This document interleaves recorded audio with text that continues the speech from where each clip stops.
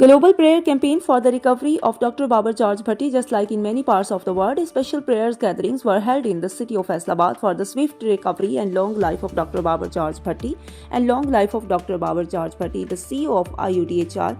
Across different countries, people are fasting, praying and offering special religious observances for his health, inspired by his unwavering commitment to humanity and human rights.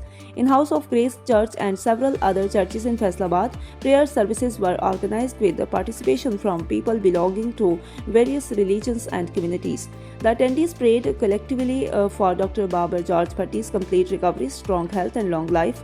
Dr. Babar George Bhatti is widely recognized as a powerful voice and symbol of human rights advocacy across the world.